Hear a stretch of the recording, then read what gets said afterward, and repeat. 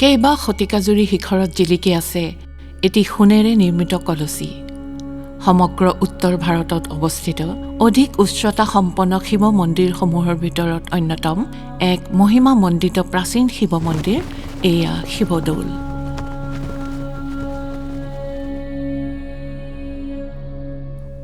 উত্তৰ পূব ভাৰতৰ প্ৰাণকেন্দ্ৰস্বৰূপ মনোৰম ৰাজ্য অসমৰ উজনি ভাগত অৱস্থিত বুৰঞ্জীয়ে পৰখা এখনি ঐতিহ্যমণ্ডিত চহৰ শিৱসাগৰ।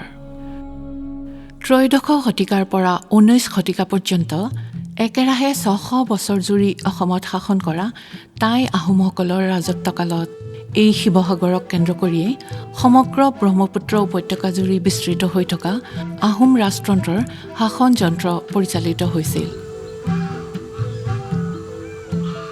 অসমৰ একালৰ ৰাজধানী চহৰ শিৱসাগৰৰ মাজমজিয়াতে অৱস্থান কৰি আছে কেইবা শতিকাৰ পূৰ্বে খনন কৰা এটি সৰোবৰ সদৃশ বিশালকায় পুখুৰী, যাৰ নাম শিৱসাগৰ পুখুৰী, আৰু তাৰ দক্ষিণ পাৰত অৱস্থিত তিনিটি প্ৰাচীন হিন্দু মন্দিৰ, যাক স্থানীয়ভাৱে দৌল বোলা হয়। মধ্যস্থানত শ্ৰী শ্ৰী মুক্তিনাথ শিৱদৌল আৰু তাৰ পূবা পশ্চিমাকৈ ক্ৰমে বিষ্ণুদৌল আৰু দেৱীদৌল। ঐতিহ্যমণ্ডিত শিৱদৌল দৰ্শন কৰিবৰ হেতু যিকোনো দৰ্শনাৰ্থীয়ে শিৱসাগৰ নগৰত উপস্থিত হ'লেই শিৱদৌলৰ অৱস্থিতিৰ উমান লাভ কৰিব পাৰে। শিৱদৌলৰ সন্মুখভাগত সততে দৰ্শনাৰ্থীৰ ভিৰ পৰিলক্ষিত হয়। চহৰৰ ৰাজপথৰ লগত সংলগ্ন চিৰিযুক্ত প্ৰৱেশ পথটিৰে আগুৱাই যাওঁ আহক শিৱদৌলৰ এটি পৰিক্ৰমা কৰিবৰ হেতু। দৌল প্ৰাংগণত প্ৰৱেশ কৰিয়েই বাওঁফালে পোৱা যায় এখনি ফলক, য'ত অসমীয়াৰ লগতে হিন্দী আৰু ইংৰাজী ভাষাত শিৱদৌল সম্পৰ্কে এটি চমুটোকা লিপিবদ্ধ কৰি ৰখা হৈছে। দৰ্শনাৰ্থীৰ ভিৰৰ বাবেই সাধাৰণতে দৌলৰ ভিতৰভাগৰ পৰিৱৰ্তে বাহিৰত যতনাই থোৱা নিৰ্দিষ্ট স্থানত চাকি ধূপ আদি প্ৰজ্বলন কৰাৰ দিহা কৰা হৈছে। মূল মন্দিৰ গৃহৰ দিশে আগুৱাই আহোঁতে ইয়াৰ পবিত্ৰ বাতাৱৰণে মনত প্ৰশান্তি যোগায়। দৌলৰ সন্মুখত এক আহল বহল মণ্ডপ গৃহ, এয়া অৱশ্যে পাছৰ কালৰ সংযোজন। প্ৰাচীন মন্দিৰ গৃহৰ প্ৰৱেশদ্বাৰৰ কাষতে মাংগলিক টিলিঙা আঁৰি থোৱা আছে। শ বছৰ পুৰণি এনে স্থাপত্য বিশেষৰ মাজেৰে খোজ দিয়াৰ অভিজ্ঞতা সদায়ে সুকীয়া। মণ্ডপ গৃহৰ পৰা এক কৰিডৰ সদৃশ পথ পোৱা যায়। এই অংশক অন্তৰাল বোলা হয়। এই পথেৰে সামান্য আগুৱাই গ'লেই মন্দিৰৰ মূল গৰ্ভগৃহত উপস্থিত হ'ব পাৰি। প্ৰায় ৩২ মিটাৰ উচ্চতা সম্পন্ন এই শিৱদৌলৰ অন্তৰ্ভাগৰ পবিত্ৰ সমাহিত পৰিৱেশে মন অন্তৰ স্পৰ্শ কৰি যায়। দৈনিক যথাবিধি পূজা অৰ্চনা কৰা হয় এই শিৱদৌলত, আৰু সদাশিৱৰ আশীষ ধন্য হ'বলৈ বহু দৰ্শনাৰ্থীৰ সমাগম হয়। মন কৰিবলগীয়া যে আন আন হিন্দু মন্দিৰৰ দৰে অসমৰ এই দৌলসমূহৰ বিগ্ৰহথলীত সাধাৰণতে দেৱতাৰ বিগ্ৰহ ৰখা নহয়। এই শিৱদৌলত এটি শিৱলিংগৰ কাষতে এটা গভীৰ কুণ্ড আছে। এই কুণ্ডটি মাটিৰ তলে তলে কাষৰ বৰপুখুৰীৰ সৈতে সংযুক্ত কৰি নিৰ্মাণ কৰা হৈছে। পূজাথলীত মাৰ্বল পাথৰেৰে সজোৱা শিৱৰ বাহন নন্দীৰ এটি মূৰ্তি দেখা যায়। এয়া অৱশ্যে পাছৰ কালৰ সংযোজন। দৌলটিৰ অন্তৰ্ভাগৰ বেৰত চাকি থোৱা কিছু খাজ আছে, লগতে কিছু হিন্দু দেৱ দেৱীৰ ভাস্কৰ্যৰ অলংকাৰত মন কৰিবলগীয়া।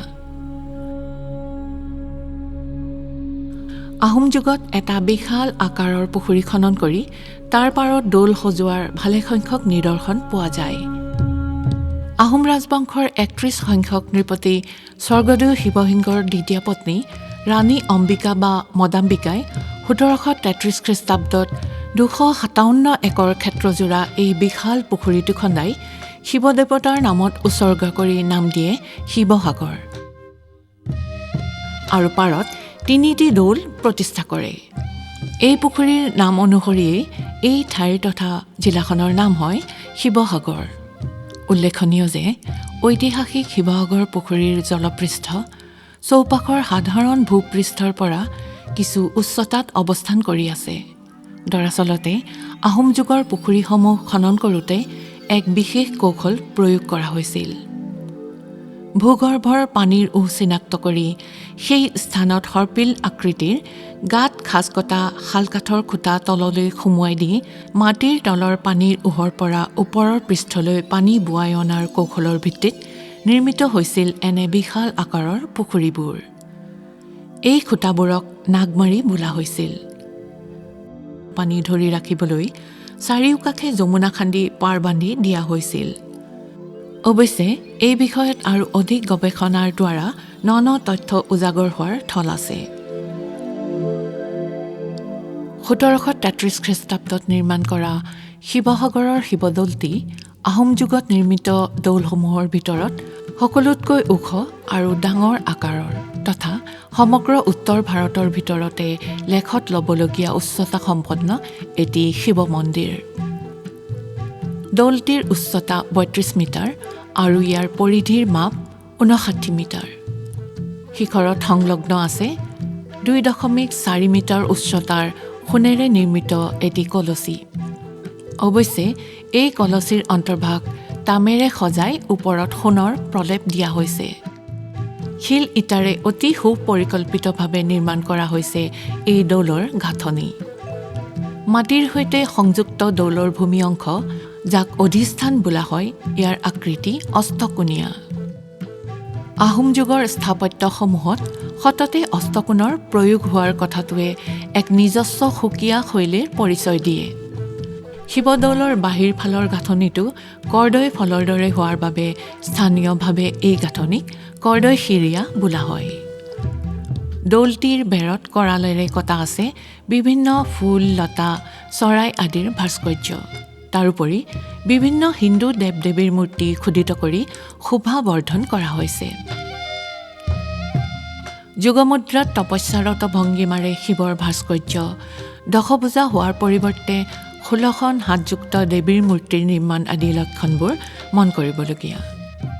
মূৰ্তিসমূহৰ শাৰীৰিক অৱয়ব তথা নাক-মুখৰ আকৃতি লক্ষ্য কৰিলে ইয়াত থলুৱা ভাস্কৰ্য শিল্পশৈলীৰ প্ৰভাৱ সুস্পষ্ট। শিৱদৌলৰ পৰা পূবলৈ আকাৰত অলপ সৰু এয়া হিন্দুৰ আৰাধ্য দেৱতা বিষ্ণুৰ মন্দিৰ বা বিষ্ণুদৌল।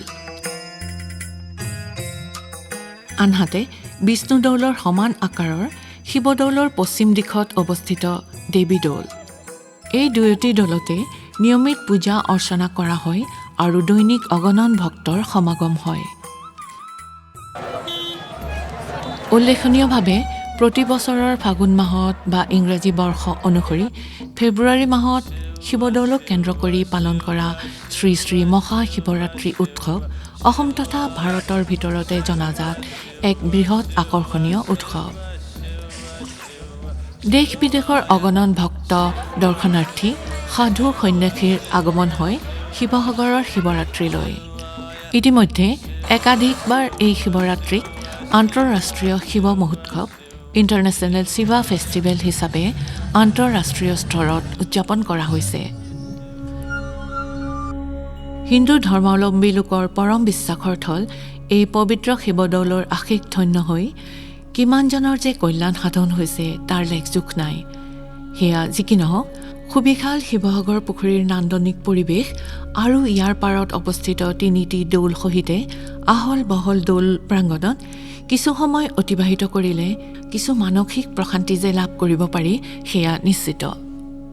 টাইমূলীয় থলুৱা অসমীয়া তথা মূল ভাৰতীয় আৰ্যমূলীয় সভ্যতাৰ সংমিশ্ৰণত গঢ় লোৱা সংস্কৃতিৰ এক গৌৰৱোজ্জ্বল চানেকি এই শিৱদৌল।